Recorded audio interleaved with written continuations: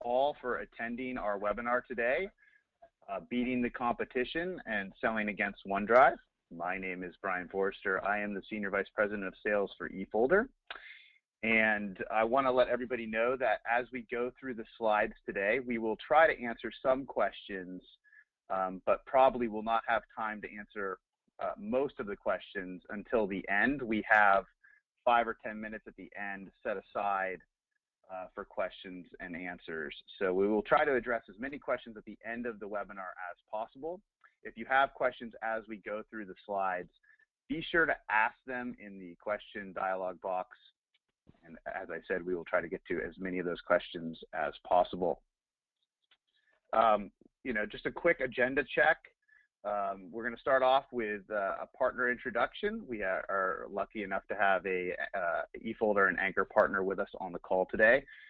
We'll go through some of the current market trends in the file sync and data collaboration market and how Anchor is ahead of the curve on some of those market trends and where consumer file sync solutions fall short. And we're going to also focus specifically on Microsoft OneDrive today, the OneDrive consumer product, but also OneDrive for business. And we do realize there are some differences between the two and how these different products fall short when you're comparing them to eFolder Anchor. Going to talk through some of the key features in eFolder Anchor, as some of you on the phone may already be Anchor partners, others may be eFolder partners who are not using Anchor today, and others may just be completely unfamiliar with Anchor. We want to make sure that we touch on some of the key value propositions, not just for our partner community, but for end users as well. And then I'm going to turn it over to Ryan here, and he's going to give a partner testimonial on how his company is leveraging Anchor and some of the case studies around that. And we want to highlight how you as an MSP can really sell against OneDrive and other consumer file sync solutions when you're talking to different business owners, when you're talking to your clients.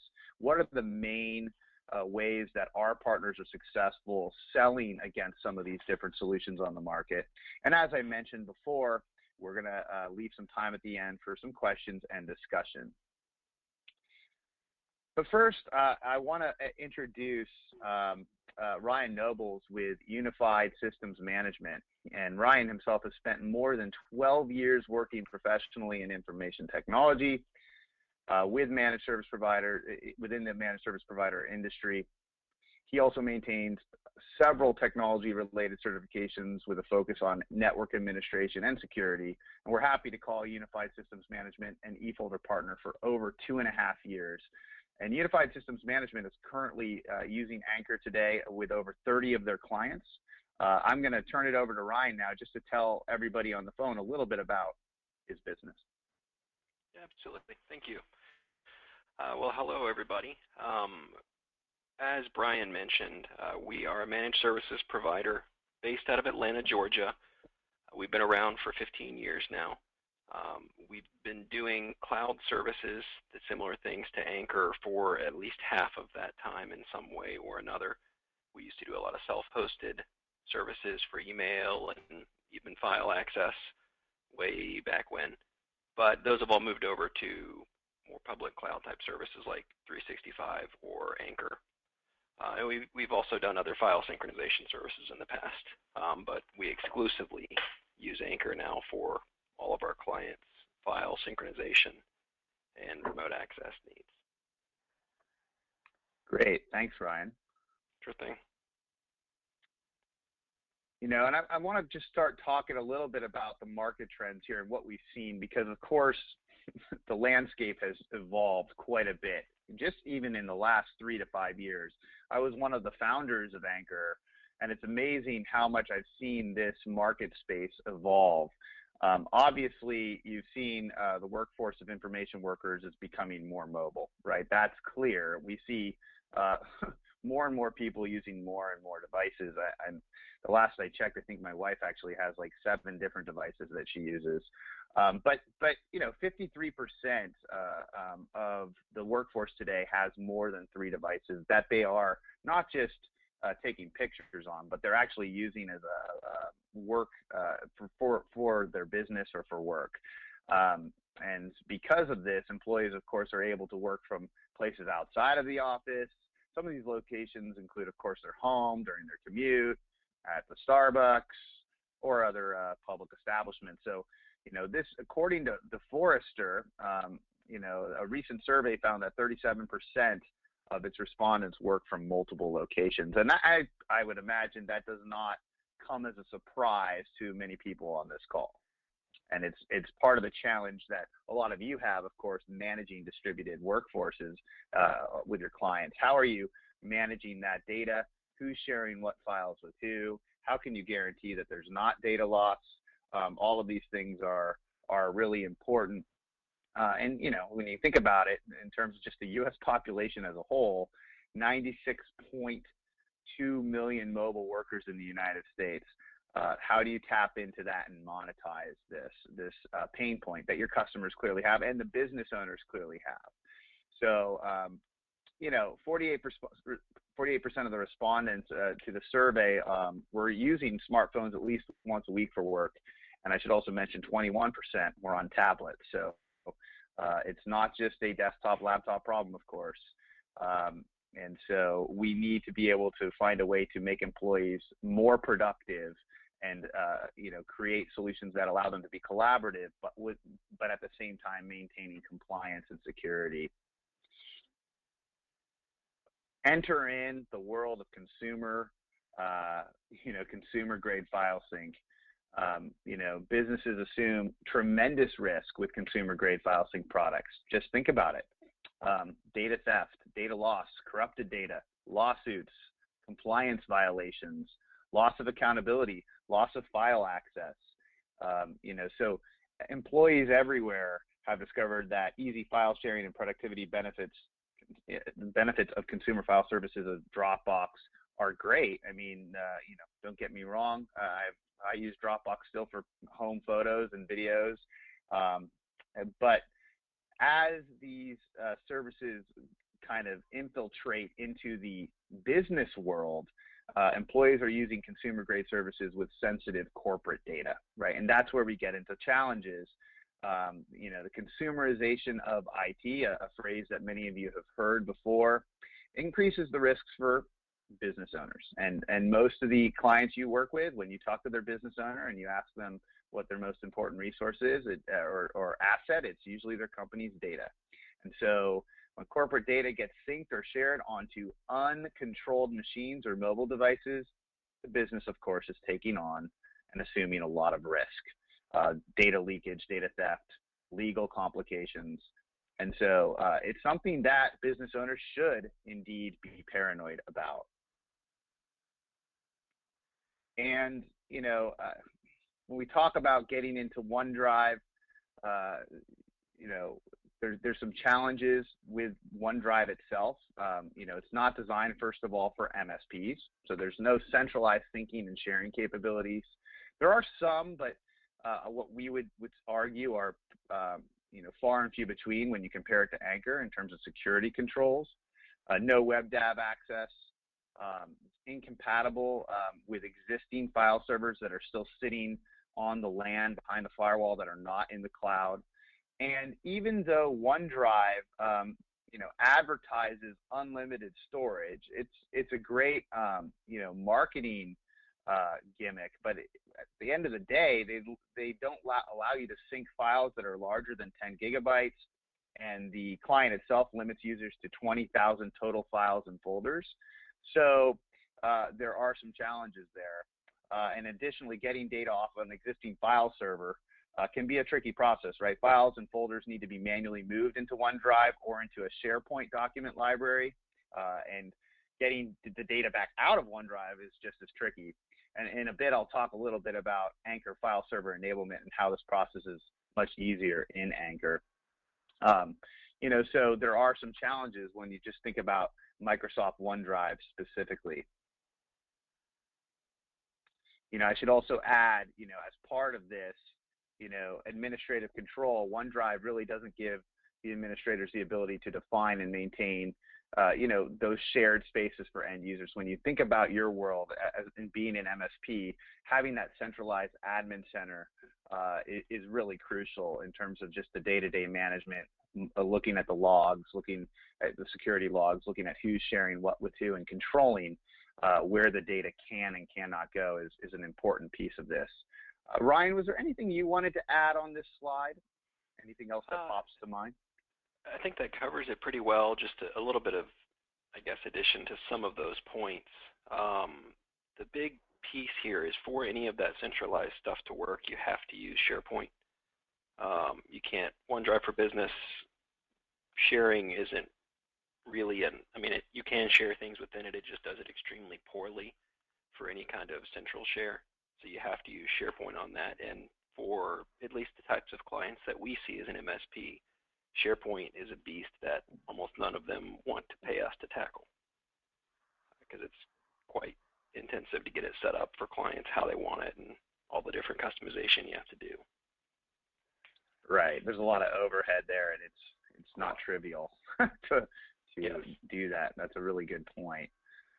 I'm going to pause here and just see if there are a lot of questions coming in, so we don't have time to answer them all. I just want to see if there's any questions.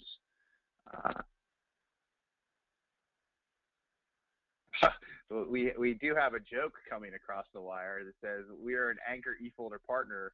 We find the easiest way to sell Anchor is not to give Anchor trials, but to give a OneDrive for Business demo. So we like that commentary. Very true. We're not telling our partner enablement team to use that tactic, but maybe we should be. That's a great. Yes. There's another question. Can you check or uncheck folders to sync to local computer in Anchor like you can with OneDrive? Excellent question. And you can do it at the folder level for what we call team shares, but you can't do it for personal folders today. And selective sync capabilities are something that come up a lot. And I'm going to talk a little bit in a minute about the Anchor roadmap. And but that is a good question, and that highlights something that OneDrive can do. I do want to interject something in there as well. Sure, absolutely. We get around that a little bit by some of us that have things that we want to keep up in Anchor, or clients that have things they want to keep up in Anchor but don't want to sync down to their personal device and it's their personal information. What we'll do is we'll create a team share that's just for them, and then they can upload whatever they want into that team share, and then that can be, as Bryan said, selectively synchronized as a whole. Right. That's a great workaround. So hopefully that answered the questions. And again, sorry if we're not getting to your questions as we go. We're going to try to address as many questions at the end as we can. So let's talk just a little bit about Anchor, because I know, again, some of you on the call are already pretty familiar with Anchor, but not all of you are. And some of you have probably not even trialed the product. So just again, Anchor is a platform. It is a file sync, data collaboration, and file sharing platform that really is changing the way that businesses share and access their data with the types of security and controls that managed service providers want. From its inception, Anchor was always intended to be designed for MSPs, purpose-built for MSPs. And what that means is, there are features built into Anchor early on that were completely off the radar for companies like Google and Microsoft. Just a couple examples would be something like ConnectWise integration, right? If you're not working in the channel, if you're not working with a bunch of MSPs, you may not even be familiar with ConnectWise. It's certainly not on the PRDs or the design wireframes that Microsoft was building early on for OneDrive. Again, the idea here is that you can access your data on any device with anyone and with any content without compromising the security and control. And the intent is to make it easy to use for the end user, but business grade. And by business grade, again, it comes down to the control of where the data sits, who can access the data and from what device, and making sure that we meet certain compliance regulations like HIPAA. Many of you on the phone, of course, work in specific verticals like financial or healthcare, where these different compliance regulations are critical and sometimes deal killers if you don't hit certain security and compliance requirements. So again, a big part of this is easy to use for the end user and meeting those security requirements. Ryan, did you have anything else to add on this slide? Nothing at this one, no. I think you answered pretty well. And so again, I would also say that everything can be completely white labeled. If you're unfamiliar with Anchor, everything can be completely branded by you. In fact, it can even go a layer deeper than that. You can have your clients brand it so that even some of you may have customers who actually want this to be branded by their own business. In some cases, we see that. The capability there is built in. And we support all the different mobile ecosystems. Of course, that's Microsoft, Windows Phone, Google, Android, and iOS. So we support all the common mobile ecosystems, so you can install Anchor on any mobile platform. And of course, you can access the data from the web, but the client also allows you to, we also have a client for Outlook, so there's an Outlook plugin, so it's very easy to share links directly from Outlook, as this next slide will show you. And in addition to sort of everything we've already talked about so far, I think it's important to mention the file server enablement piece. File server, Anchor gives MSP administrators or maybe IT administrators at the end user site the ability to map an existing file server in their environment or in one of your customers' environments, that entire folder structure, to the Anchor server through this file server enablement feature. And as many of you know that have used Anchor before, with file server enablement, you can completely eliminate the file server or configure a hybrid set so that you retain both the file server and provide cloud access through Anchor. Sort of a stepping stone to ultimately getting rid of the file server down the road for some of your clients. I'm curious, Ryan, do you guys leverage this feature in any of your environments today? Almost all of our clients use file server enablement. That's one of the big selling points for us and for our clients is that. And yeah, it is fantastic. Yeah, and we find that this is absolutely one of the features that gets a lot of our prospective partners across the finish line. It's what gets the PO sign, so to speak, because they've got all these clients that have existing file servers. Everybody's out there talking about the cloud. Everything's moving to the cloud. But the reality is, if I get in a room and I'm talking to 20 different MSPs, and I ask them, how many of you in the room have clients that have existing local file servers?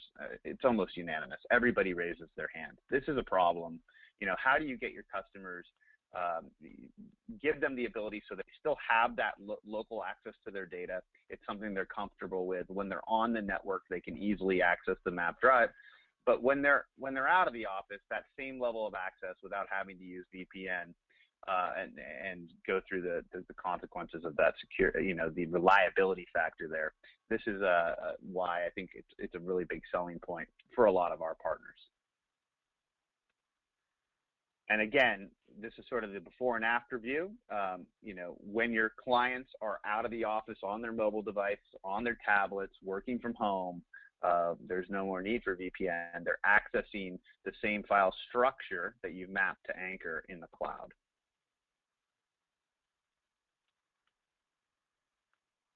And so in the cloud, what this would look like is you can see your entire directory tree, all the NTFS permissions up into Anchor, and then you're mapping that to what we call team shares in the web console, which then would go to a certain group of users. Those team shares have rights associated with them and policies associated with them. So you're basically creating a structure or a policy that would mirror or come close to mirroring what you have on their file server locally on their network. And I think what a lot of our partners love about Anchor is how easy it is to use. If you're familiar with Dropbox, Our client looks very much so like the Dropbox client in the sense that it just looks like a Windows Explorer, client.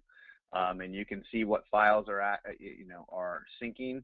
There's icon overlays that clearly indicate what's there, what's syncing down, what is not syncing with a red X, and very easy directly from the local client to share links to other users to files.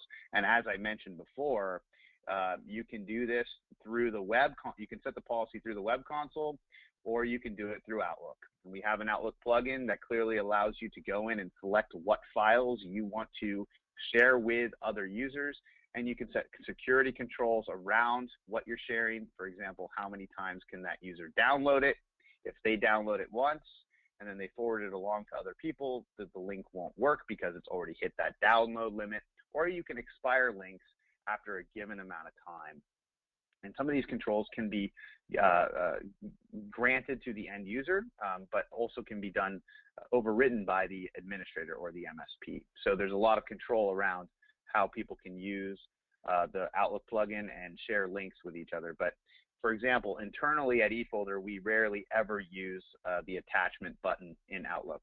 Everything is sent through links because there's a lot of advantages to that, right? You can track when people are opening files.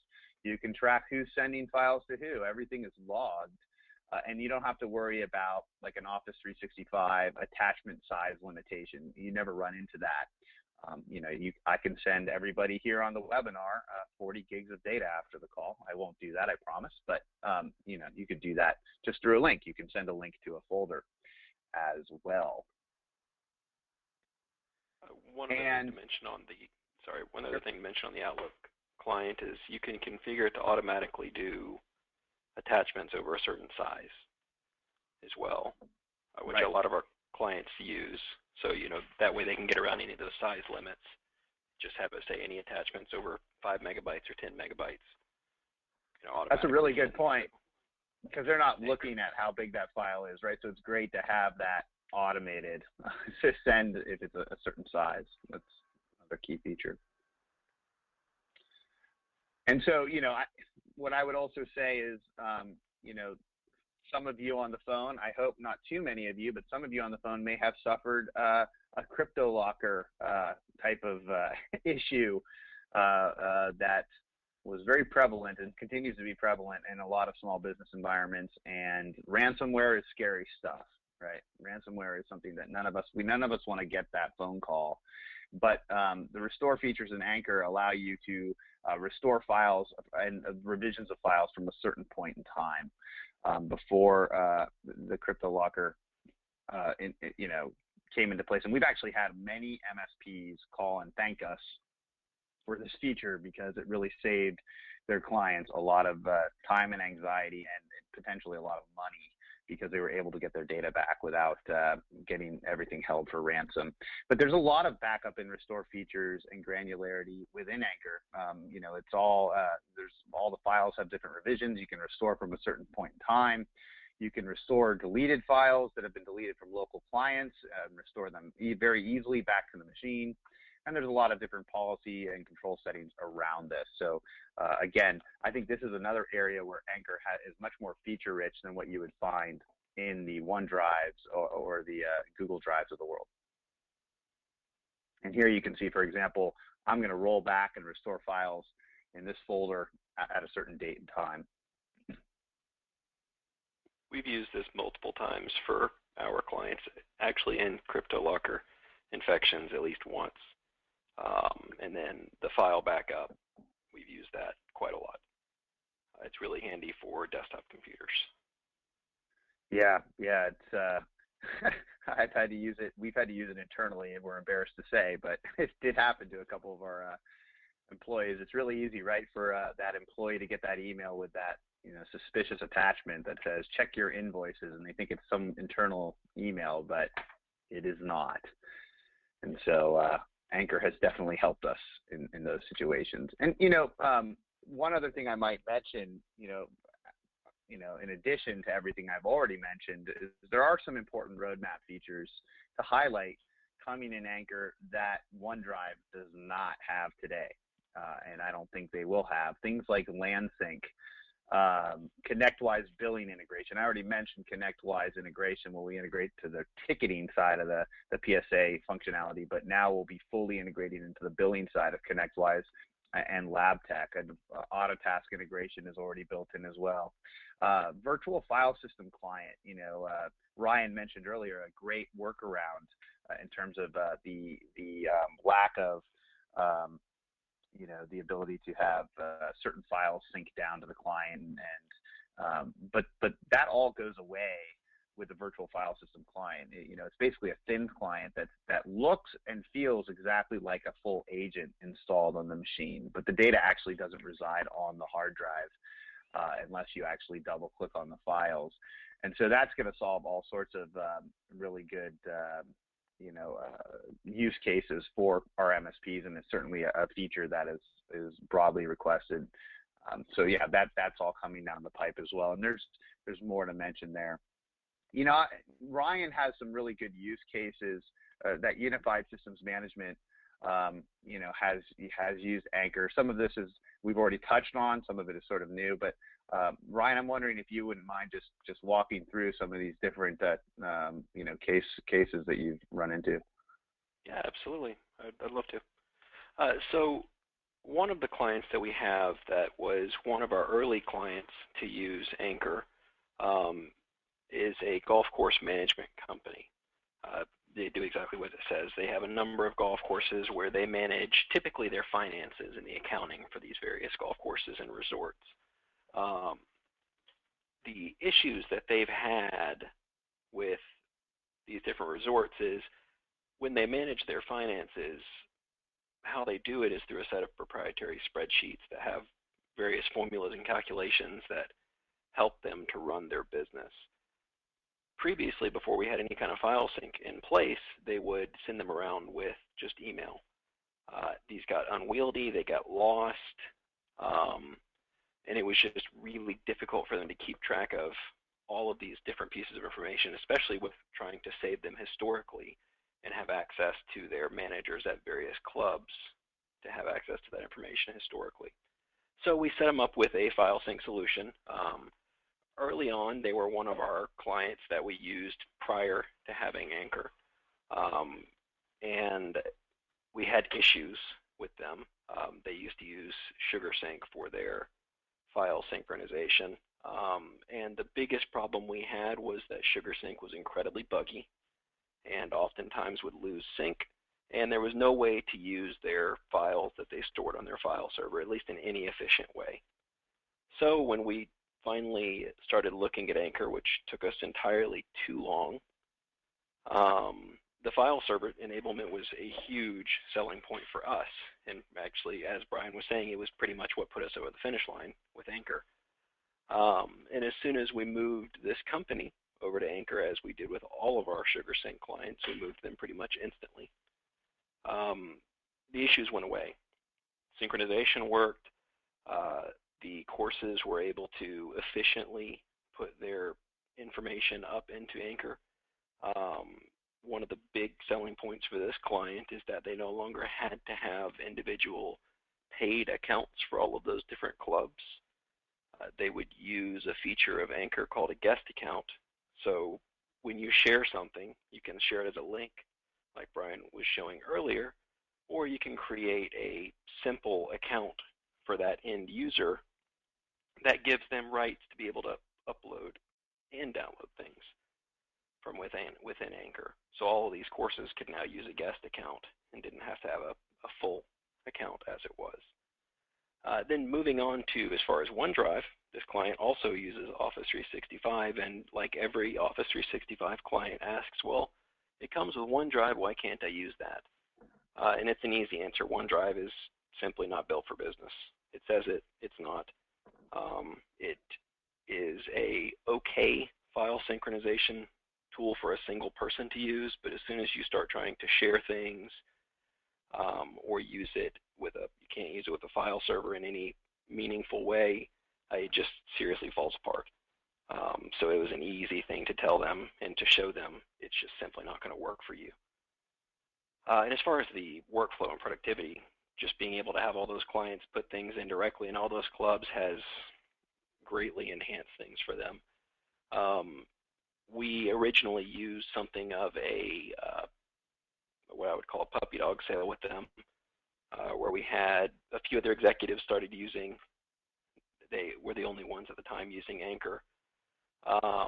Then we turned on the file server enablement for them, and quickly every person in their company had to have it because it made it so much easier for them to be able to work remotely and to just get things done without having to worry about where files were stored. If you can move on to the next one, Brian. Sure thing. Thank you, Ryan. I just want to see if there's any questions on this use case for you. So I'm just pausing for a second. It looks like we've got a question around, can file server sync be used to replicate to two different file servers? And I guess, Ryan, are you using it in the situation where you might have multiple file servers you're syncing to the cloud? I don't know if that's something you want me to speak to or you want to speak to. I don't have any clients that use that case, no, so it'd probably be better for you to speak to that one. Yeah, I mean, I think that, again, when you have multiple file servers out in the field, you can map it to team shares in a way where it works harmoniously together. You know, and so Eddie, we can have that discussion further offline just so I can understand more sort of the use case that what you're looking to do there. Landon Clark asks, what happens if two users are attempting to access the same file? Ryan, do you want to address that? That's easy. It's got file locking capability built into Anchor. So just like if you're using it on a LAN, it will lock the file for use by any other user, make it read-only. It also has some collision avoidance, so it'll create versions just like it does with Dropbox or something like that, where you'll have, you know, it'll say Ryan's copy or so on and so forth next to the file name. Okay, great. Let's go on to the next customer of yours and how you address their needs. Absolutely. Hold on, it looks like my screen is paused. No. Okay. Unpause. There you go. Should be working now. So we have another client that is as a risk management firm. They do, most of their clients are in some way healthcare related with regards to the risks that they're trying to manage. They're typically nursing homes or something along those lines. And they had a need to be able to access their files remotely. When we were brought on board with them, they used Logman's Hamachi as a VPN solution, and then they would access the files through there, which was extremely problematic. It was slow and oftentimes just simply didn't work. So they spent quite a lot of money with us troubleshooting it over the weekend when things wouldn't work, and they got tired of it. And so we looked for another solution for them. They were also an Office 365 client, like most of our clients, and also asked about OneDrive. And the easy answer there was, well, you're working with a lot of healthcare clients, and we need to ensure that you're HIPAA compliant. Anchor, this solution, is absolutely HIPAA compliant, and here's the BA agreement that can prove that. And so that was an easy sell for them. They needed to be HIPAA compliant. And it allowed them to have something that would actually work when they were working remotely. What they often would do prior to this is they would copy the files off onto their local hard drives on their laptops so that they didn't have to try to use Hamachi, and it just caused that's even more compliance issues because now we got to worry about all this personally identifiable information on random laptops that could be left in airports and so forth. Whereas with Anchor, we have the ability to wipe the data off of any device that it's synchronized to from the control panel, which has been handy to have for them. Yeah, and I would imagine for a risk management firm, that feature is pretty important. It is, great. Yes. Okay, this is another company, right? An investment company that you guys work with? Yes, yeah, absolutely. So the investment company, we've worked with them for quite a long time, nearing 10 years now in some facet or another. They are actually somewhat related to the company that does risk management. The risk management company does risk management for this investment company, but they invest in various healthcare providers. They purchase them and run them and use that as an investment vehicle. They have users that are spread throughout the Southeast and have to access data from all over the place at all the time. So for quite a long time, they were using Dropbox. They used Dropbox by itself, the normal one, and then they went to Dropbox for Business when that released. And it also was very problematic, specifically because they wanted and needed to be able to access the files that were sitting on their file server. And the Dropbox client would crash constantly on the server. I don't know if anyone else has used it on a server, but it is very crashy when it comes to a server. So they would constantly have to call us. We would have to restart the client, and they would have problems there. And then there's the further problem of it's not HIPAA compliant. And they had a number of law firms that they dealt with that eventually told them, we're not going to be able to help you anymore until you stop using Dropbox. So they came to us, we talked to them about it, and they decided to move to using Anchor because it solved all of those problems for them. It lets us use the file server enablement, so we don't have to worry about a client that crashes on the file server because it's a service, and it's also stable. And additionally, these various law firms can access the files in a compliant manner, and we have agreements that can show that for them. Great, great. Let me just real quick pause again and see in the last two client scenarios if anybody has any questions. Let me just check real quick.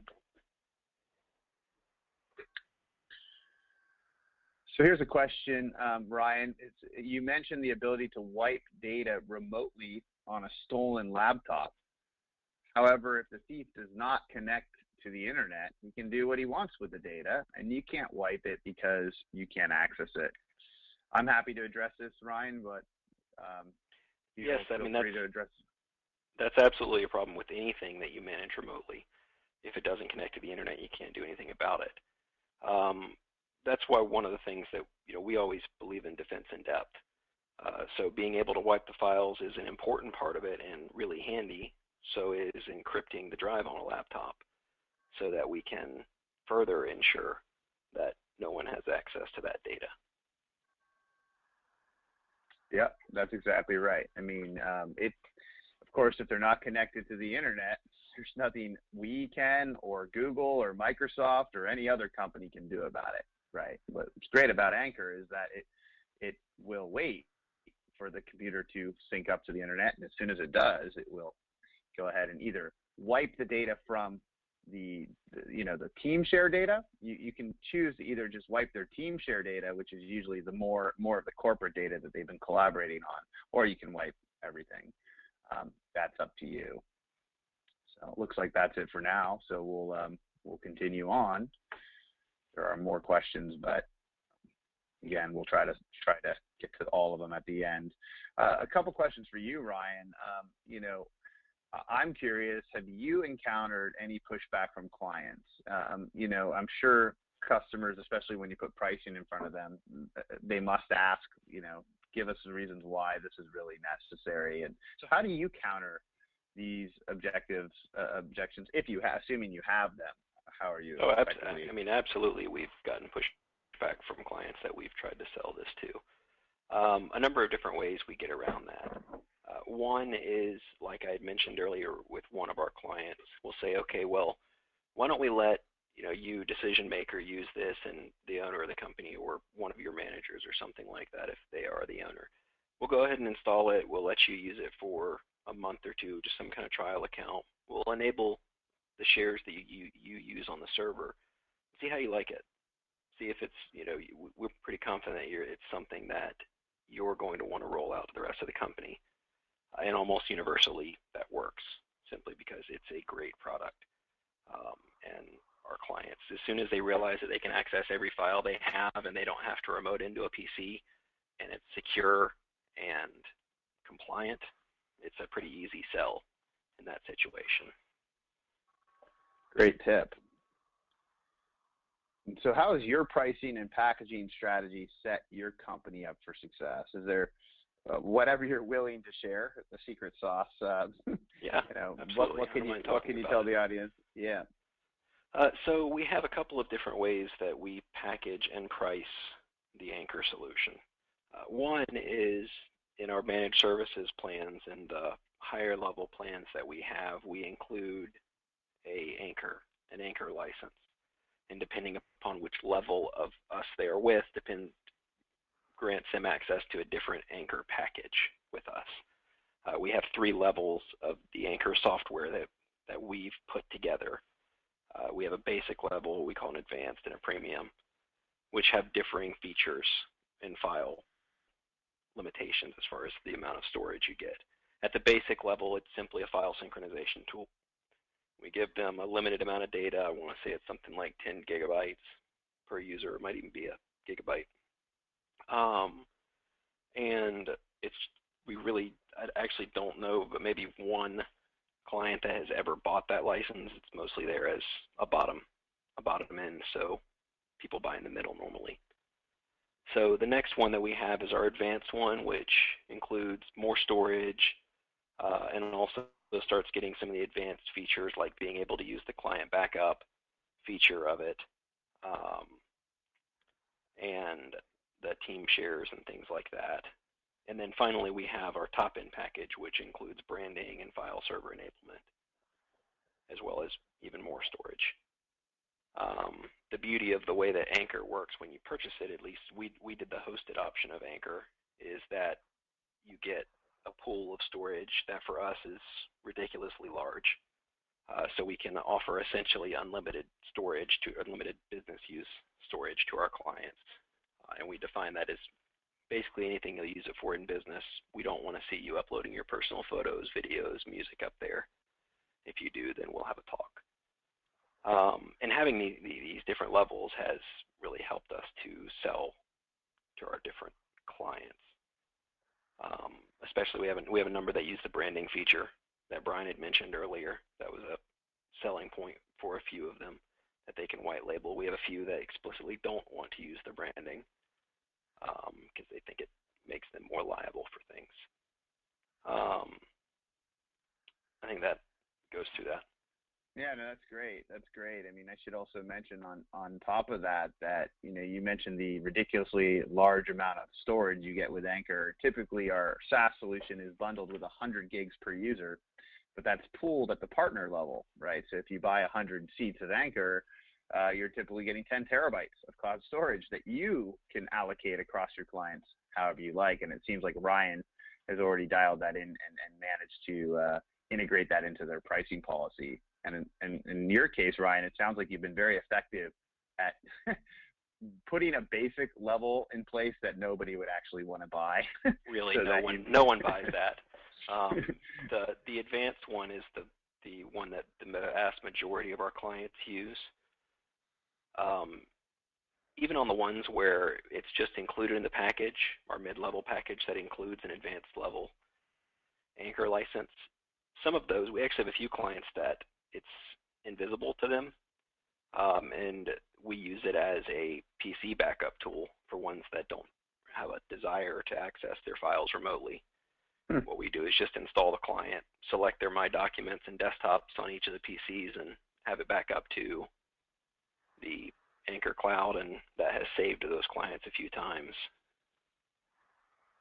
That's great. No, we hear the same on our end. And I'm also curious, like, just what methodologies you're using to educate, just kind of broad stroke education for your clients about the benefits of Anchor. Maybe these are clients that have already bought the service from you, but continuing education, or maybe it's prospective clients. And the final question on top of that is how has deploying Anchor benefited your MSP practice just in general?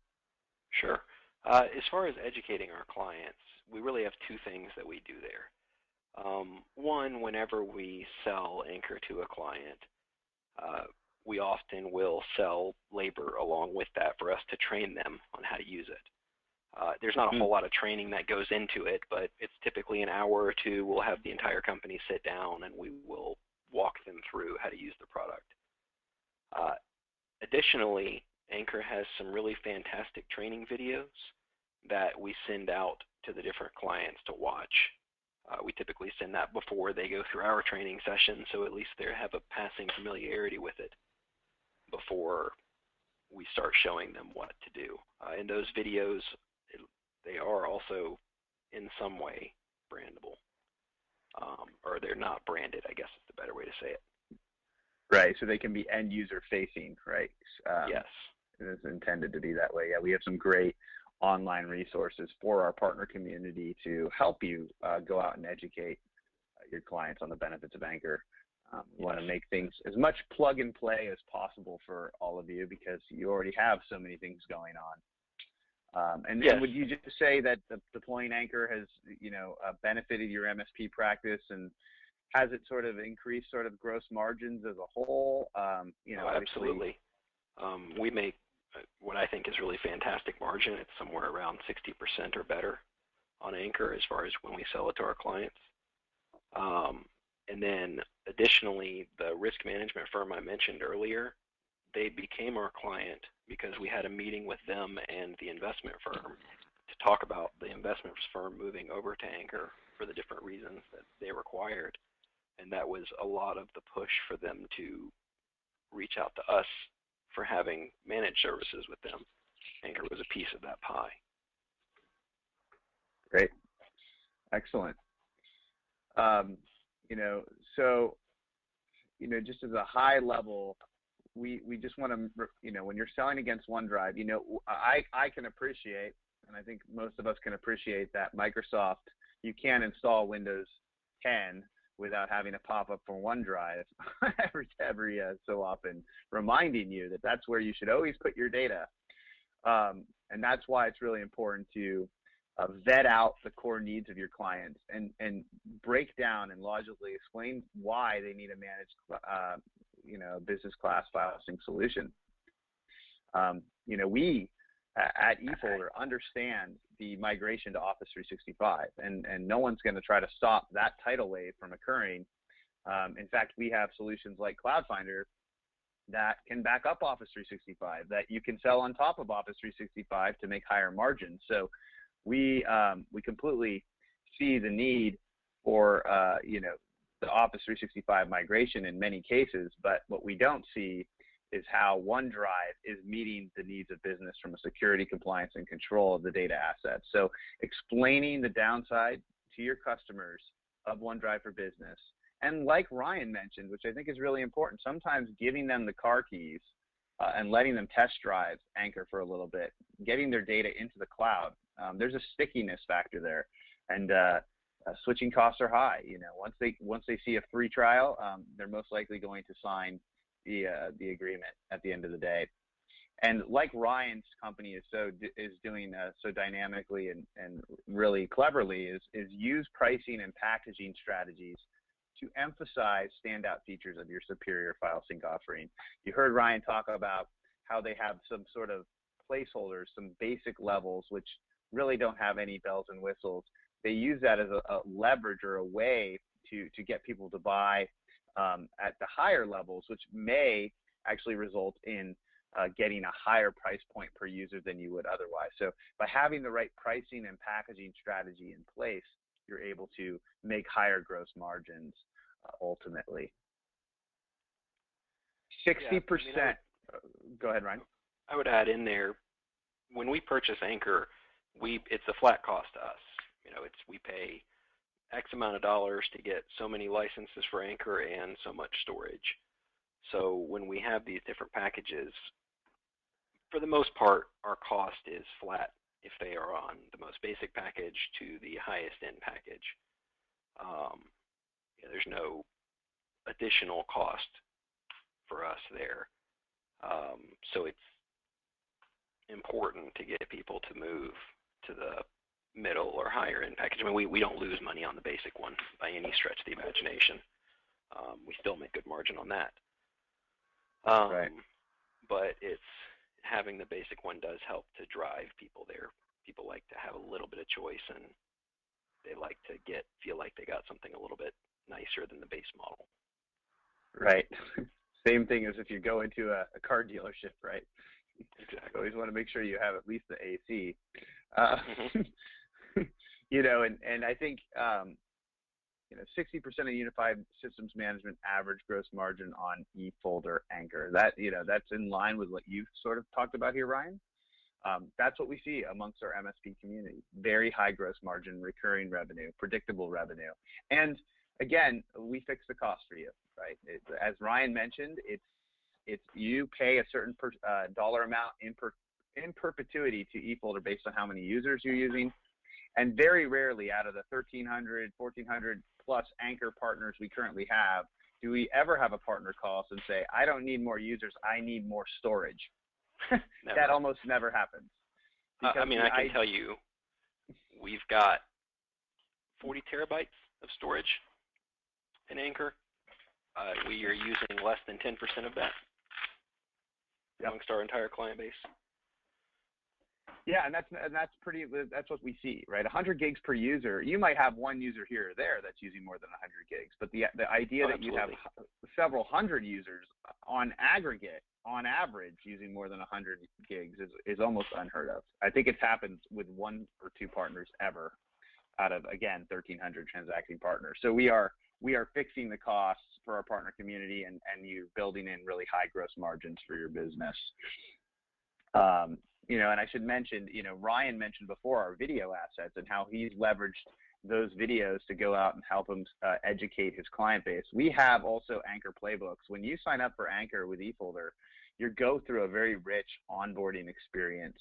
And part of that is going through our Anchor playbook, which, as Ryan talked about, includes generically branded videos, but email templates, brandable white papers, blogs, brochures, and customizable brandable presentations.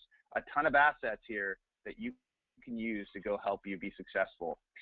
We are very much, you know, embedded with your business. If our partners are not successful, we are not successful. Not a single partner with eFolder is on an annual contract. You can stop paying us tomorrow if you're unhappy or not making money. And we are acutely aware of this. That's why we work hard every day to make sure that you guys have the information you need to go out and be successful. And, you know, that's what it's all about. It's helping our partners grow and watching our business grow in parallel. I'm just going to open it up for a few more questions. It looks like we've got about 3 or 4 more minutes here. So I apologize if I'm not able to answer all of the questions. And some of these questions may be directed at Ryan. Let's just take a quick look at some of the questions here. So we have a question. Is your pricing model, in your pricing model, do you charge an onboarding fee for getting onto Anchor? We absolutely do not. In fact, we have a free trial, and in which case you can work with an SE to just help you learn the basics of how to use the platform. But there's no additional charge once you sign up with Anchor to go through our onboarding program. In fact, it's actually, we require new partners to go through the onboarding program because it doesn't just benefit you, it benefits us. We know that partners that go through our onboarding program almost have a 0% chance of canceling or downgrading because we put them on the path to be successful, and we have a plan, a mutual success plan in place with that partner to help you guys grow. So that's why we always want our partners to go through the onboarding process. Another question is, hosted Anchor was mentioned as an option. Is there also an option for an MSP to host the Anchor product within our own data center and keep client data locally synced in state? That's a great question, Brian, and the answer is yes. We have a private cloud version of Anchor, which it costs less per user because it's not on our infrastructure. It's not a SaaS solution, but of course, then you take on some of the infrastructure costs. But yes, that is an option that about 15%, I should say, of Anchor partners use the private cloud version. They do not use the HIPAA version. Let's see.